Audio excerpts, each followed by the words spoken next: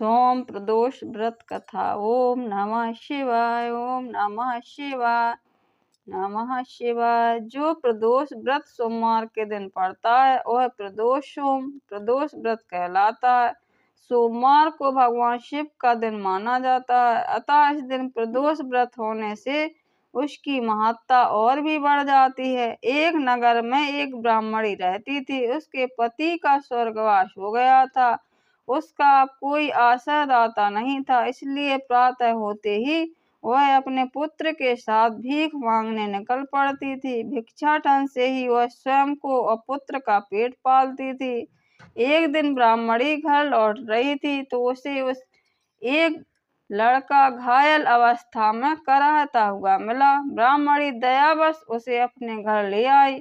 वह लड़का विदर्भ का राजकुमार था। शत्रु सैनिकों ने उसके राज्य पर आक्रमण कर उसके पिता को बंदी बना लिया था और राज्य पर नियंत्रण कर लिया था, इसलिए वह मारा मारा फिर रहा था। राजकुमार ब्राह्मण पुत्र के साथ ब्राह्मणी के घर रहने लगा। एक दिन अंशुमति नामक एक गंधर्व कन्या ने राजकुमार को देखा और उस पर मोहित हो गई। अगले दिन अंशुमति अपने माता पिता को और राजकुमार से मिलाने लाई।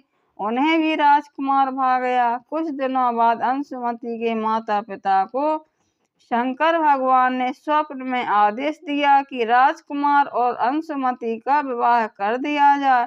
उन्होंने वैसा ही किया। ब्राह्मणी प्रदोष व्रत करती थी। उसके व्रत के प्रभाव से गंधर्व राज की सेना की सहायता से राजकुमार ने विधर्म से शत्रुओं को खदेड़ दिया और पिता के राज्य को पुनः प्राप्त कर आनंद पूर्वक रहने लगा। राजकुमार ने ब्राह्मण पुत्र को अपना प्रधानमंत्री बनाया। ब्राह्मणी के प्रदोष व्रत के महत्व से जैसे राजकुमार और ब्राह्मण पुत्र के दिन फिरे, वैसे ही शंकर भगवान अपने अन्य सभी भक्तों के दिन भी फेरते हैं। जय बोलो शंकर भगवान की जय।